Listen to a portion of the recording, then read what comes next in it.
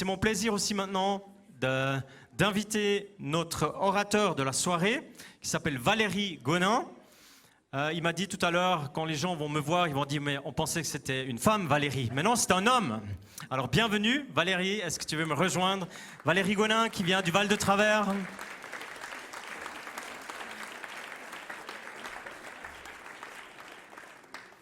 Valérie avec Y, voilà, tout à fait.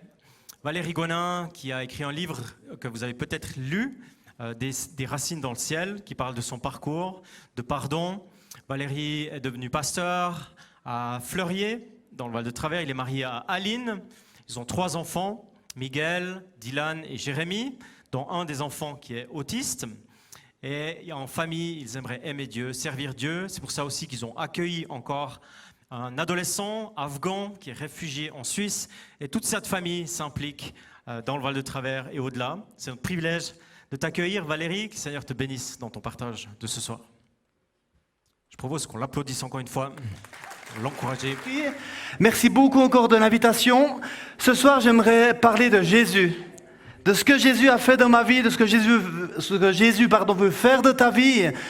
Je serais frustré qu'à la fin de la soirée, qu'on dise « mais Valérie, c'était bien ton témoignage, super, bravo pour ce que Jésus a fait de ta vie ». J'aimerais tellement que chaque personne, plutôt ce soir, puisse se dire « mais j'ai peut-être pas vécu de telles choses, mais là j'ai compris quelque chose ». Ou là, je voudrais aller plus loin avec Jésus. Ou bien là, j'ai saisi une perle ce soir. Alors ça a été dit, hein, j'ai 38 ans, je suis forestier bûcheron de métier, je suis pasteur aujourd'hui. Quel rapport? La forêt, le pastorat, je peux vous dire que c'est clairement presque le même métier. Un bûcheron, lorsqu'il coupe un arbre, il doit penser à 20 ans plus tard. Qu'est-ce que 20 ans plus tard, il voudrait voir à la place dans cette forêt? Et c'est 20 ans plus tard qu'on peut voir si son action a été positive ou non. Et je peux vous dire que dans le pastorat, c'est ça tous les jours. Lorsqu'on prie pour les gens, lorsqu'on prêche, lorsqu'on enseigne, on ne voit pas toujours ce qui se passe. Et c'est plus tard qu'il y a des retours. Parfois des bons retours, parfois des retours un peu plus délicats. Mais dans mon cœur, je suis le même, que je sois forestier bûcheron ou que je sois pasteur. Ce soir, j'ai vraiment à cœur d'invoquer le nom du Seigneur. Il y a une présence de Dieu particulière ce soir. J'aime tellement quand la présence de Dieu, l'onction de guérison est là. Parce qu'elle touche les cœurs, elle touche les corps. Et ce soir, il y a aussi un combat. Je perçois que chez plusieurs personnes, il y a un combat intense. Qu'est-ce que je fais là ce soir? Qu'est-ce que ce jeune, non jeune pas trop, mais qu'est-ce que cette personne va pouvoir m'apporter ce soir? Et j'aimerais prier pour toutes ces personnes, que vous puissiez recevoir vraiment la présence de Dieu ce soir. Alors ça a été dit, j'ai écrit un livre, Des racines dans le ciel. Il est en vente tout à l'heure, Des racines dans le ciel, parce que mes racines sont dans le territoire neuchâtelois. Grâce à mes parents, je suis ici présent. Mais mes racines, elles sont dans le ciel. Elles sont en Jésus. Et en plus, sa photo, c'est un arbre. J'aime les arbres. J'aime la nature. J'aime parler de la nature. Et ce livre, c'est un livre qui passe bien, qui se vend facilement à des gens qui ne connaissent pas encore Jésus. C'est vraiment l'idée de pouvoir annoncer l'évangile au travers d'un livre sans être lourd, sans être religieux. Et je crois que c'est assez réussi de ce sens-là. Alors j'ai grandi dans une famille, je vais vous parler un petit peu de mon vécu avant de parler de pardon. J'ai vécu dans une famille quand même dysfonctionnelle, avec un papa qui travaillait à plein temps, qui avait une villa, qui avait 3 garçons, un petit peu la famille presque modèle neuchâteloise. Vous savez, la villa, le petit terrain, le papa qui travaillait dans l'horlogerie à plein temps, une maman qui travaillait pas pour subvenir, pour pouvoir éduquer les enfants, pour pouvoir être présent. Et extérieurement, c'est une famille qui allait bien, on pourrait dire. Les voisins diront que c'était une famille presque modèle, une bonne famille neuchâteloise. Et pourtant, à l'intérieur de cette famille, il y a quelque chose qui n'allait pas. Il y a quelque chose qui était difficile. Mon papa, c'est quelqu'un qui a eu une vie pas facile. Il était fils d'agriculteur, avec tout ce que ça peut dire. Parfois, il y a 50 ans, dans les histoires avec ses fermes, entre l'aîné qui voulait pas le domaine, le fils moyen qui voulait le domaine. Déjà pas mal d'histoires. Et puis, il était dépressif, mon papa. Il était dépressif, mais un dépressif qui a de la peine à s'assumer. Qui pensait que c'était toujours les autres qui avaient un problème. Qui pensait que c'était toujours les collègues de travail qui lui créaient des soucis. Et plus de quoi, dans notre famille, nous aimions Dieu en quelque sorte. Ou plutôt, nous pratiquions, nous essayions de pratiquer la religion chrétienne. Pour moi, Dieu, c'était quelqu'un de tellement dur. On m'a toujours présenté un Dieu lointain, un Dieu distant. Le dimanche, fallait aller à l'église. Tous les dimanches, le culte. Valérie, on ne peut pas louper le culte. Quand on allait aux vacances, on louait une maison du samedi au samedi, mais il fallait partir le dimanche. Parce que le dimanche matin, on allait au culte et ensuite, on allait aux vacances. Mais malheureusement, entre le dimanche matin et la vie de tous les jours, il y avait un immense décalage. Il y avait un immense décalage. Le dimanche, nous devions mettre la cravate, aller au culte, rendre culte à ce Dieu tellement lointain, tellement distant. J'appelle le père fouettard ou le grincheux d'en haut dans mon livre. Et le dimanche, il fallait être 1 heure assis, tranquille, il ne fallait pas bouger. Parce que Dieu, il fallait en avoir peur. Et rentrer à la maison, ça basculait de l'autre côté. Mon père, c'était quelqu'un de violent par rapport à ses paroles. Tellement de fois, il a menacé ma maman de mort. Tellement de fois, parfois, il partait le jour de Noël en disant « Mais vous n'allez plus me revoir. Je vais aller me suicider. » Combien de fois on a dû appeler la police, qui sont allés le chercher pour pas que mon père fasse une connerie. Et dans ma prière de petite enfance, je disais « Seigneur Jésus, fais que mon papa vienne à l'église demain. » Parce que si mon papa venait au culte le lendemain, c'est qu'il était guéri.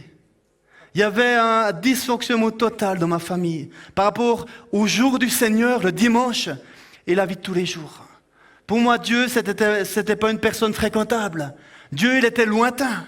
Valérie, si tu ne demandes pas pardon pour tous tes péchés, tu iras en enfer.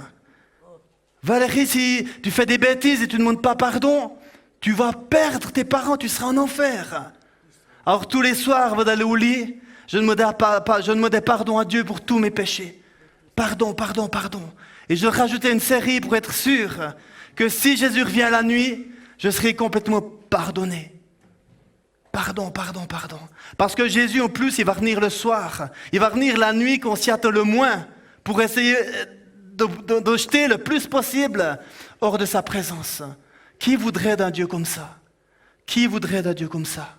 J'ai grandi de cette atmosphère de peur, de crainte. On n'osait pas sortir parce qu'un chrétien, il n'ose pas aller dans le monde. Le cinéma, c'est Satan. Les fêtes villageoises, c'est des occasions de péché. Le premier film que j'ai vu, j'avais 17 ans. GoldenEye, en 1997. J'avais 17 ans. J'avais osé entrer dans le monde. Et j'ai vu que le monde, finalement, tout n'était pas mauvais. Mais j'ai grandi de cette atmosphère. Avec un père violent, vraiment un climat de terreur dans cette famille, une image d'un Dieu très lointain, tellement dur, un Dieu qui ne guérit plus, un Dieu qui ne nous rencontre plus. Et puis avec ce dimanche matin, ce fameux dimanche matin, cet horrible dimanche matin. J'aime les cultes, on se comprend, hein, mais pas dans ce contexte-là. Et lorsque je grandis, 15-16 ans, au fond de moi, il y a une révolte qui est là. Alors dans le milieu d'où je viens, soit les gens ils suivent la même chose que les parents, ils deviennent complètement mous et complètement passifs, excusez-moi du terme, ou bien ils partent, ou bien ils pètent les plombs, ou bien ils disjonctent en quelque sorte. Et moi j'étais une personne qui, à un moment donné, a disjoncté. J'ai commencé à fumer, j'ai commencé à boire, j'ai commencé à fumer de la drogue, tellement au fond de moi c'était intenable. Mais le dimanche matin, je continuais à aller au culte. Parce que je me disais, mais quand même, Dieu il va peut-être quand même me bénir. Ou Dieu va quand même peut-être me rencontrer. 15, 16, 17. À 15 ans, depuis l'âge de 7 ans, je voulais faire forestier bûcheron de métier. Je serais bûcheron. Et mon père, figurez-vous que son cœur, c'était d'être agriculteur. Il aimait la forêt aussi. Et puis, en tant que deuxième de la famille, il a été obligé de faire le tech. Parce que les enfants, on ne sait pas trop quoi faire d'eux lorsqu'ils ne font pas des études. Ils vont au tech. Et mon père, il a dû faire horloger. On lui a imposé ce métier. Et puis 25 ans plus tard, j'ai 15 ans, je vais faire bûcheron. Et mon père me dira, Valérie, tu ne feras pas bûcheron, c'est trop dangereux. Tu feras le tech. Et on rigole. Mais j'aimerais dire ce soir que tout ce qu'on ne règle pas dans nos vies, tout ce qu'on met de côté en disant, mais ça va aller, on a tendance à le reproduire.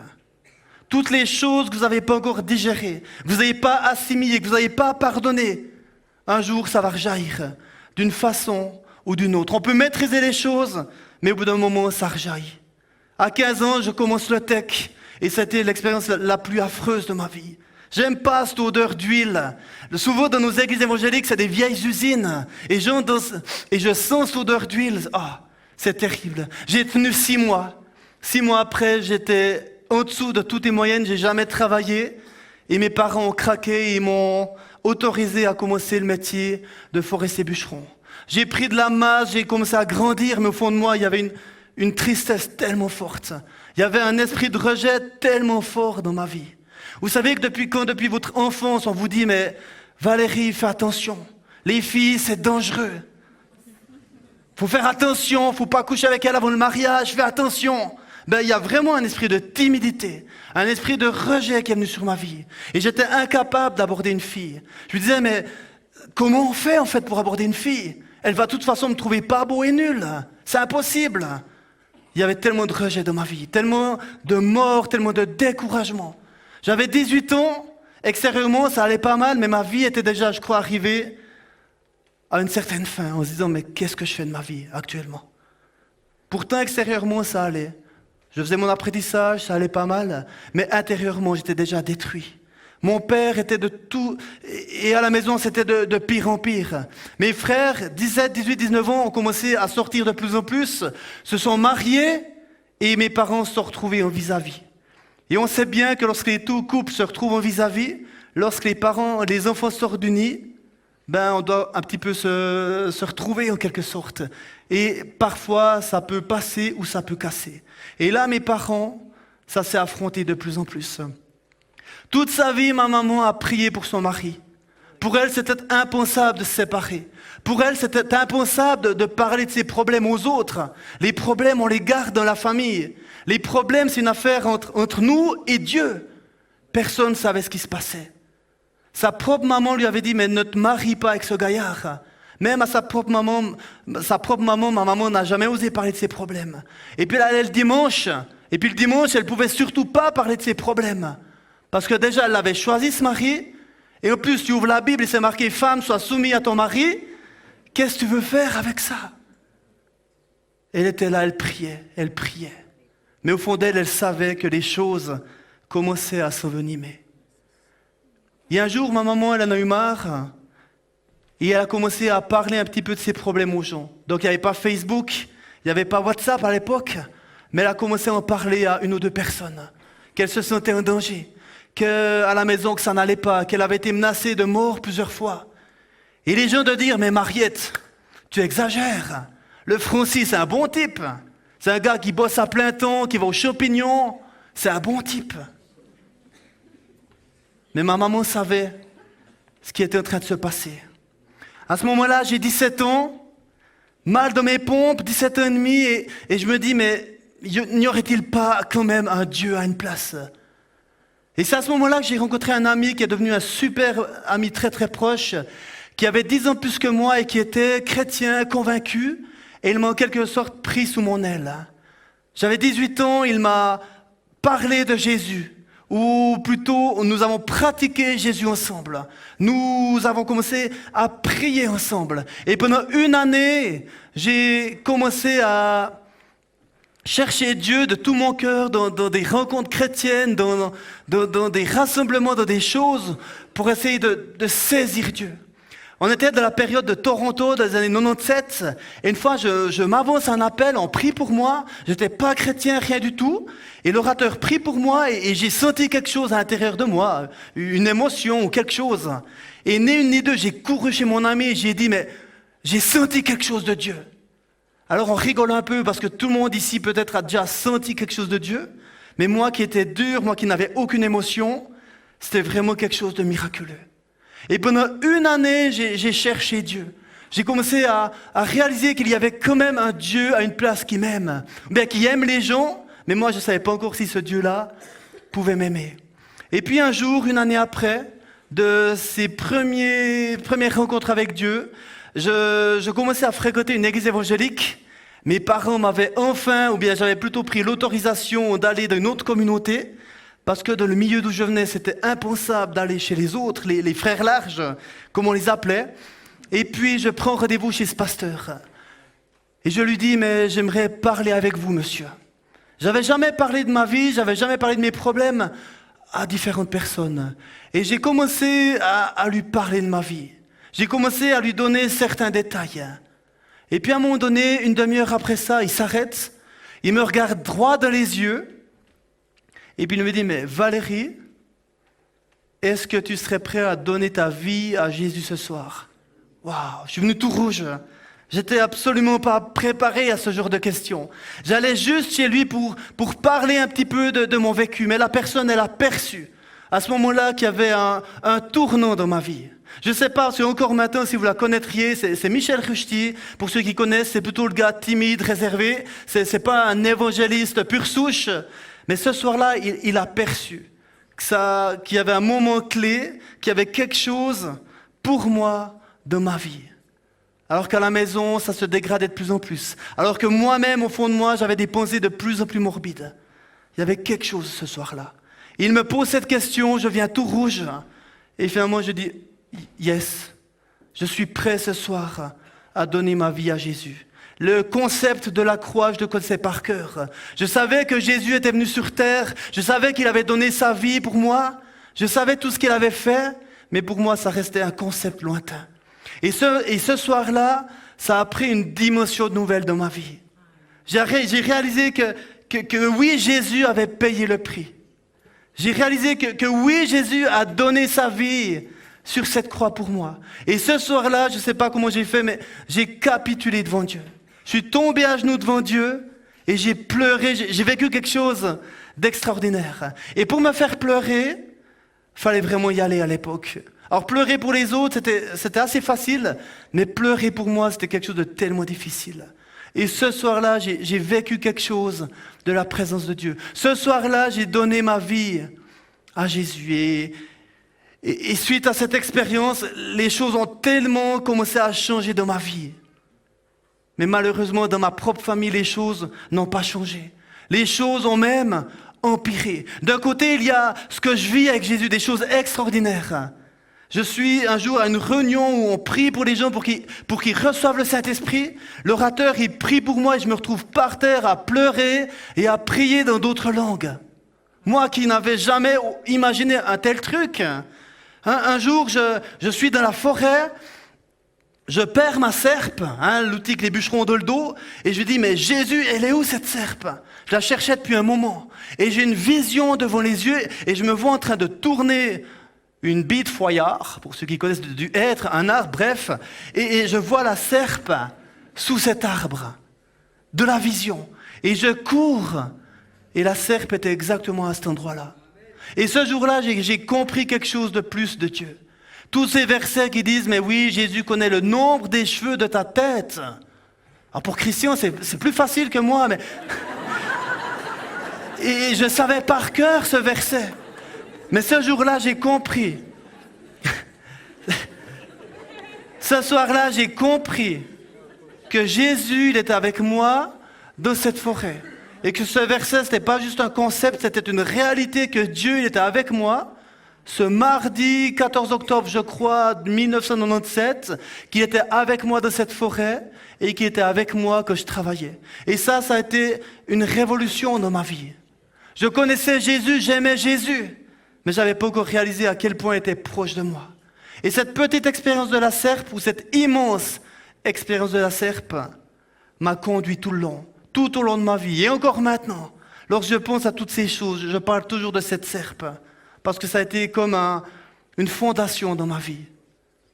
Pas la serpe, on est d'accord, mais cette compréhension que Dieu, il est là. Et que Dieu aime parler. Et que Dieu aime communiquer. Je priais pour les malades et les malades étaient guéris. Je suis devenu même extrémiste à un moment. Si tu es malade, c'est que tu n'as pas la foi. Alors, on a toujours cette tendance quand on est d'un extrême à l'autre. 1997, d'un côté, je vis des choses tellement glorieuses dans ma vie. Et d'un autre côté, à la maison, c'est de pire en pire. Entre-temps, mon papa a dû être évacué de la maison par la police. Un jour, la police vient parce qu'il y a une bagarre à la maison et la police évacue mon père de force. Pendant une année, il n'osera plus entrer à la maison. Il y avait un périmètre de sécurité. C'était dramatique parce que mon père, j'avais quand même une relation assez bonne avec lui. J'étais le petit dernier, j'aimais les champignons, j'aimais la forêt, donc j'avais une relation privilégiée. Mais avec mon frère du milieu, c'était tellement la guerre. Mon frère, c'était quelqu'un de très sensible, très artistique. Et dans le milieu d'où je viens, les artistes, on ne sait pas trop quoi en faire. On est d'accord. Et mon frère, il était très sensible. Et mon père n'a jamais su quoi faire avec cet enfant. Alors là, je suis dur dans mes termes, mais c'est vrai. Et mon frère, il a tellement encaissé d'injures. Il a tellement encaissé de paroles destructrices. T'es un raté. On ne sait pas quoi faire de toi. C'est tellement dur. Et le 4 juin 1998, ça fait 1 année que mon père ne vit plus à la maison. Je donne mon témoignage à une soirée en disant, mais ça fait 1 année que j'ai donné ma vie à Jésus. Et tous les chrétiens, ouais, alléluia, amen. Je rentre à la maison le soir, il est 22h30. Je dis bonne nuit à ma maman et je vais me coucher. Et à minuit 15, j'entends des coups de feu de la maison.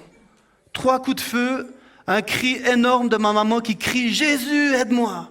Et puis je descends des coups de feu, je descends au courant bas et je vois mon frère qui est couché d'une mare de sang. Mon père vient de tirer sur mon frère qui essayait de s'interposer par rapport à mon papa. Et ma maman qui s'est fait assassiner 10 mètres plus loin, qui a été retrouvée quelques heures après morte sur la terrasse d'un voisin. Waouh! Un drame familial de cette maison, de cette famille paisible. Qu'est-ce qui s'est passé? Je peux vous dire, quand ça arrive, c'est tellement dramatique. Il y a tellement d'émotions, il y a tellement de... C'est un bouleversement. C'est un bouleversement. Mais malheureusement, ma maman, elle savait. Elle avait une conviction, elle nous l'a partagée, que ça arriverait une chose pareille. Et lorsqu'on dit ça à la police dit, mais madame, c'est des menaces. On ne peut rien faire. Et mon père, quelques heures après, sera retrouvé mort. Il s'est suicidé. Un drame familial avec mon frère qui s'en est sorti, un miraculé. Il s'est fait tirer dessus à bout portant dans les poumons et une balle lui a percé les poumons, l'autre le cœur, non, l'autre l'épaule. Un miracle si mon frère, il est là aujourd'hui. Et c'est le drame, il y a les journalistes, il y a la police. Tu te retrouves dans le bureau de la police à devoir répondre à des questions. À l'époque, il n'y a aucune cellule psychologique. Tu vas à la police, après ils te renvoient à l'hôpital. Il n'y a rien de prévu et c'est le drame. Et les pensées, elles s'entrechoquent. Et à ce moment-là, je repense à ma serpe. Seigneur, je ne sais pas où tu étais ce soir. Seigneur, c'est qui? C'est toi? C'est l'ennemi? Qu'est-ce qui se passe? C'est maintenant que je me pose ces questions. Mais sur le moment, j'ai pensé à l'épisode de la serpe. Dieu, tu étais là dans ma forêt. Tu m'as montré où était cette serpe. Je sais que tu es avec moi aujourd'hui, que tu es là. Et il y a comme eu une paix qui était là dans ma vie à ce moment-là, qui m'a permis de tenir le coup. Il y avait d'un côté la destruction de l'ennemi et d'un autre côté des chrétiens qui se sont mobilisés. La famille Rushdie, chez qui j'avais donné ma vie à Jésus le lendemain matin, quelques heures après, je les avais appelés en pleine nuit. On prépare une chambre pour moi, pour m'accueillir, et ça a été quelque chose d'extraordinaire de vivre quelques mois d'une famille qui s'aime, une famille qui a des valeurs. Pour moi, de voir un couple qui parfois n'était pas d'accord les uns vers les autres, mais qui arrivait à discuter, qui arrivait à se réconcilier, qui arrivait à prier ensemble, c'était déjà une guérison tellement forte. Aussi pour dire que ce drame, finalement, c'était la pointe de l'iceberg. C'est tout ce qu'il y a eu avant qui est dramatique. Mon père, il est juste allé plus loin. Il a juste franchi un cap que beaucoup ne franchissent pas. Et heureusement que beaucoup ne franchissent pas ce cap. Mais tous les mécanismes d'avant, chez tellement de gens, on les retrouve, ce genre de mécanismes. Ce qui est étonnant de cette histoire, c'est que 3 semaines après ce drame, j'allais à nouveau bien. Je priais à nouveau pour les gens. Et les gens pourraient dire, mais punaise Valérie, quel homme de Dieu. Et puis les autres de dire, mais il y a un souci là. C'est pas normal. On ne peut pas aller bien après un tel problème. Et effectivement, les gens avaient raison. J'étais quelqu'un qui avait appris à fuir les émotions. J'étais quelqu'un qui avait appris à fuir la réalité, tellement la réalité était difficile. Et puis, 4 mois après ce drame, je pars pour le Canada pour faire une école de disciples. Dans 9 mois, je reviendrai, je serai guéri, je serai libéré, je serai un homme nouveau. J'ai tenu 1 semaine au Canada. Je suis arrivé là-bas au Canada, je suis arrivé en pleurs, je suis arrivé de cette maison à Dunham, d'une maison, une vieille maison, un ancien orphelinat, et je me suis littéralement écroulé. Je me suis retrouvé seul face à moi-même. J'avais plus de sécurité, des amis, ces choses auxquelles je posais mes sécurités. Je me suis retrouvé seul en face de moi-même, vide, atterré, fracassé, sans rien. Pourtant, je sais que Jésus était là, mais ma vie était cassée à ce moment-là. Et j'ai tenu 1 semaine au Canada.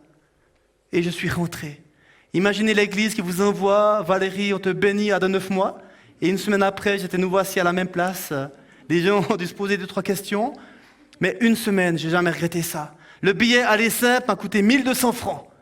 Mais c'est 1200 francs qui ont été bien investis. Parce que ce jour-là, j'ai compris quelque chose. Et puis ce jour-là, le Seigneur m'a parlé. Alors là, je schématise un petit peu, je dois aller un petit peu vite. Il m'a dit, mais Valérie, ta vie, elle est lourde. Le poids de ton passé, il est lourd. Tu as un sac sur les épaules. Et Valérie, qu'est-ce que tu choisis? Qu'est-ce que tu choisis? Est-ce que tu es prêt à prendre le chemin du pardon? Parce qu'avant cela, j'avais fait un cours qui s'appelle Racines et fruits, pour ceux qui connaissent. Lorsque tu as des fruits de ta vie qui sont pourris, qui sont acides, ça ne sert à rien de mettre du sucre, ça ne sert à rien de mettre de la peinture dessus pour faire croire qu'ils sont bons. Il faut aller voir plus loin ce qui se passe. Il faut aller traiter de les racines. Lorsque tu as une dent qui te fait mal, ça ne sert à rien de la blesser. Il faut faire un traitement de racines. Et à ce moment-là, j'ai compris que le chemin du pardon, c'était le chemin que le Seigneur m'appelait à suivre. Valérie, qu'est-ce que tu es prêt à faire? Est-ce que tu es prêt à continuer ta vie avec ce sac sur le dos? Ça va être possible, mais ça va être dur. Ça va être lourd. Tu ne vas jamais entrer complètement de la destinée que j'ai pour toi. Ou Valérie, est-ce que tu es prêt à vivre un chemin de pardon? Est-ce que tu serais prêt même à aller jusqu'à pardonner ton père? Est-ce que tu serais prêt à aller même juste à pardonner le milieu d'où tu viens? Est-ce que tu serais prêt toi-même à demander pardon pour toute la méchanceté que tu as fait? Lorsque tu disais à ta maman que tu avais 15 ans, que j'ai dit à ma mère, mais je suis sûr que je suis adopté, tu n'es pas ma mère, c'est pas possible. Je suis trop différent de toi. Pas simple pour une maman d'entendre ça. Une maman qui a tout donné pour ses enfants. Et le Seigneur m'a dit, Valérie, qu'est-ce que tu es prêt à faire? Est-ce que tu es prêt à pardonner? Alors, je suis quelqu'un d'assez impulsif, j'étais en tout cas, et puis j'ai dit, bien sûr Seigneur, je veux pardonner. On y va, on pardonne, on commence. Et puis, j'ai commencé à essayer de vivre le pardon. Alors le pardon, qu'est-ce que c'est? Est-ce un devoir? Est-ce que c'est un acte de faiblesse? Est-ce que c'est un acte libérateur? Pardonner, est-ce que c'est minimiser? Est-ce que c'est fuir? Est-ce que c'est excuser? Est-ce possible de pardonner alors que l'auteur est décédé? C'est quoi le pardon? C'est quoi le pardon? J'étais chez cette famille et j'ai dit, s'il vous plaît, accompagnez-moi dans ces démarches de pardon. J'ai fait des listes de tout le mal qu'on m'avait fait et de tout le mal que j'avais fait. À l'époque, j'étais assez naïf, mais une bonne naïveté. J'ai fait des listes en disant, voilà, de 3 jours, je fais ma liste. Et de 3 jours, je serai libre. Je serai quelqu'un de nouveau, quelqu'un de tout neuf. J'étais pressé à l'époque, je suis un peu pressé. Et puis, j'ai commencé à pardonner. Ça a été difficile, je peux vous dire. J'ai pris cette liste, j'ai pris tout ce que mon papa m'avait fait. Et j'ai commencé à dire, Seigneur, tu vois, j'avais 8 ans. Et à ce moment-là, mon papa, voilà ce qu'il m'a dit. Voilà le mal que ça m'a fait. Mais je choisis de pardonner. Et j'ai fait ces démarches, ça a pris des soirs, ça a été intense. Mais plus je pardonnais des petites choses, et plus le Saint-Esprit me donnait de la force pour pardonner des grandes choses.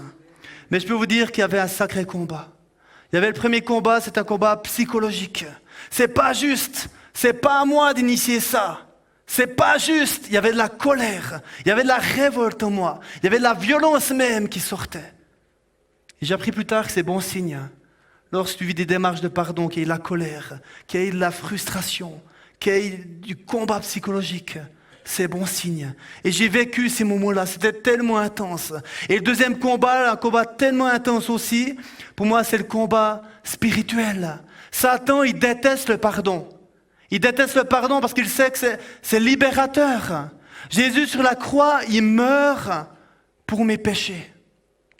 Le cœur de l'évangile, c'est la croix, c'est le pardon. Depuis le jardin d'Éden, la chute de l'homme, Jusqu'à la mort de Jésus sur la croix, toute la Bible me parle du sacrifice. Toute la Bible me parle du pardon. La mort de Jésus sur la croix me libère, me pardonne et me donne la force de pardonner. J'aime tellement cette notion de croix, la verticalité de la croix. Seigneur, pardonne-moi. Et ensuite, Seigneur, donne-moi la force de pardonner. La croix, il y a une notion de verticalité et une notion d'horizontalité. Pour moi, plus la vision de la croix est forte, et plus j'arrive à pardonner. Ma conversion était tellement forte. C'était tellement fort, cette rencontre avec Jésus-Christ. J'ai tellement été convaincu que ce soir-là, que Jésus me pardonnait, que Jésus m'acceptait tel que j'étais, que lorsque Jésus m'a invité à faire de même avec ma famille, avec les personnes qui m'avaient offensé, pour moi, c'était juste un chemin de continuité. Je sais que pour certains, le pardon, c'est tellement difficile. Pour moi, le pardon, c'est un petit peu l'aboutissement de quelque chose, d'un chemin, d'un processus. Pour moi, j'ai l'impression que c'était une route plus ou moins goudronnée pour arriver au pardon. Alors pour certains, je sais qu'il y a des vallons, qu'il y a des montagnes, qu'il y a des crevasses. Et j'aimerais vous encourager à continuer à marcher jusqu'à arriver au pied de la croix pour pouvoir libérer le pardon. La Bible, elle nous encourage au pardon. Le Notre Père nous encourage au pardon. Pardonne-nous nos offenses comme nous-mêmes nous pardonnons à ceux qui nous ont offensés. Alors pardonner, ce n'est pas minimiser. Pardonner, ce n'est pas excuser. Pardonner ne veut pas dire non plus recommencer la relation avec la personne qui nous a fait du mal comme avant. Dans les cas d'abus, c'est évident que lorsqu'on vit un abus, qu'on doit se détourner de la personne, qu'on doit même plus jamais la voir. C'est évident, suivant l'abus. Mais je peux tout de même pardonner. Je peux tout de même libérer le pardon sur la vie de la personne. Le pardon, ça veut dire choisir la liberté, choisir la justice divine plutôt que la mienne. Pardonner, ça signifie faire confiance à Dieu, qui lui jugera. Je sais qu'un jour, mon papa il devra répondre devant Dieu de ses actes. Je ne sais pas ce qu'il a vécu les dernières minutes de sa vie. S'est-il repenti? A-t-il demandé pardon à Dieu? J'en sais rien. Mais pour moi, ce n'est plus mon problème. Ce n'est pas mon problème, c'est un problème entre Dieu et mon papa. J'ai choisi de pardonner. Les Jurassiens ils disent qu'on préfère crever que de pardonner. Et d'un sens, ils ont raison, que le manque de pardon nous amène de la mort. Le problème avec le non-pardon, c'est qu'il nous fait souffrir deux fois. On vit l'injustice et ensuite le non-pardon nous ronge de l'intérieur. C'est terrible le non-pardon. Parce que même la personne qui nous a fait souffrir, elle est peut-être déjà morte. Et en plus, aujourd'hui encore, on subit les conséquences. Le non-pardon nous amène de la mort. Le non-pardon provoque des maladies.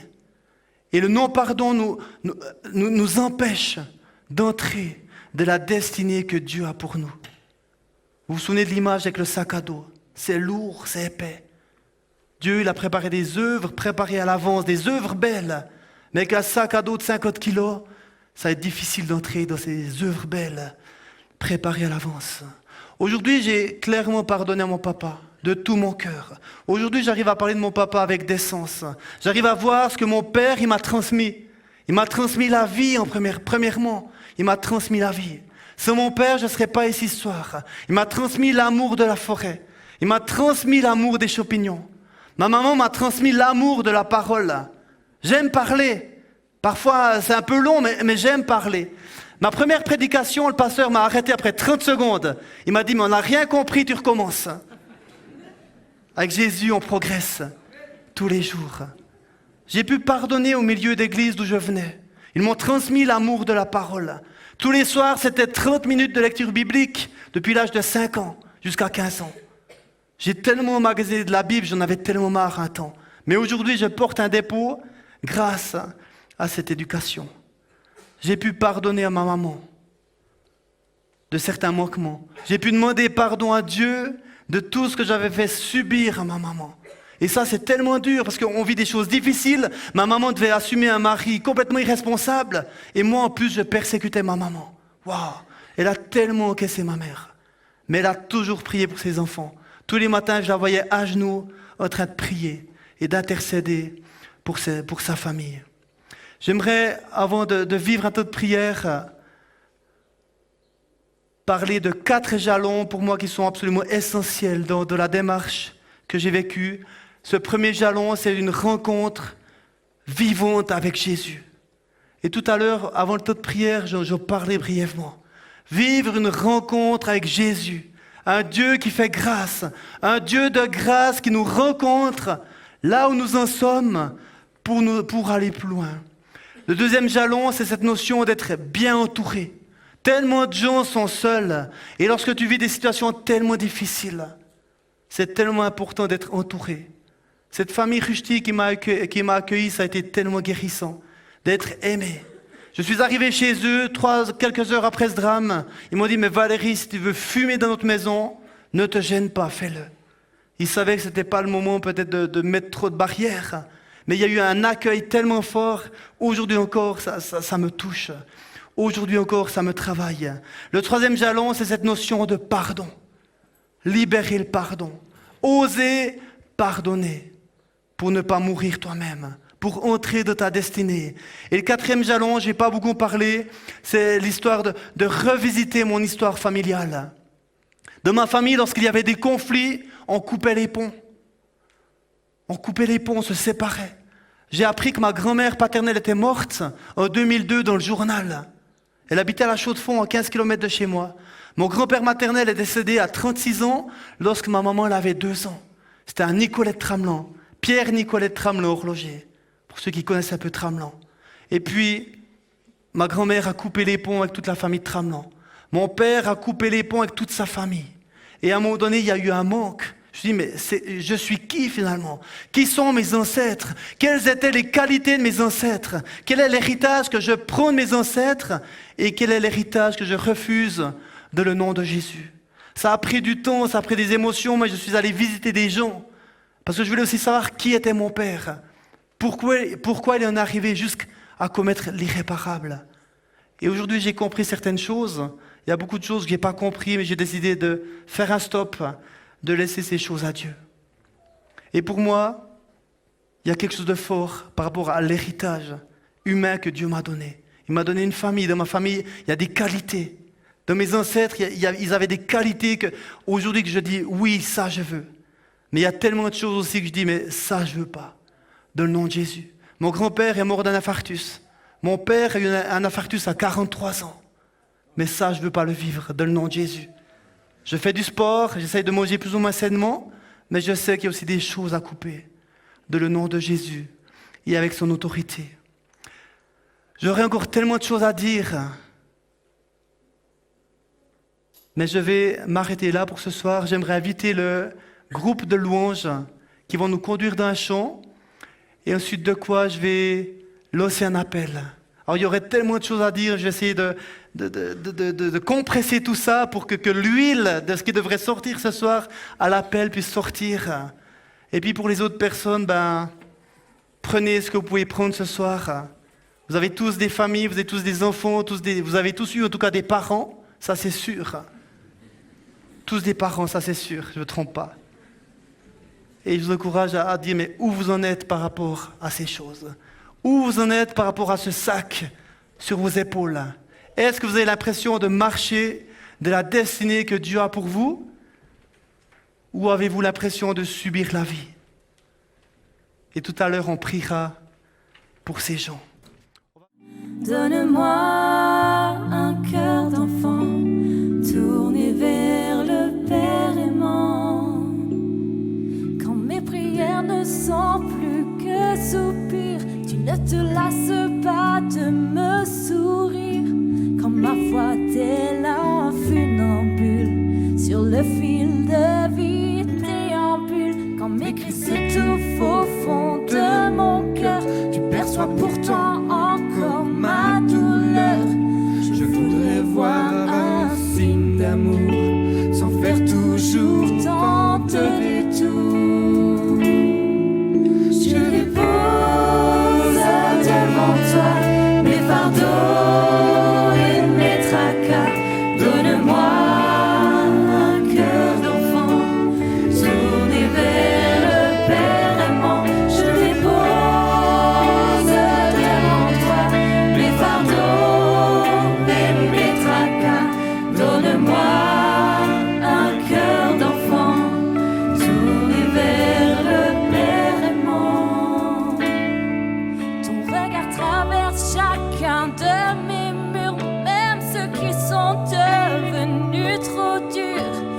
Fais briller sur moi ta face pour que l'obscurité s'efface. Le temps est un cadeau d'amour, de grâce.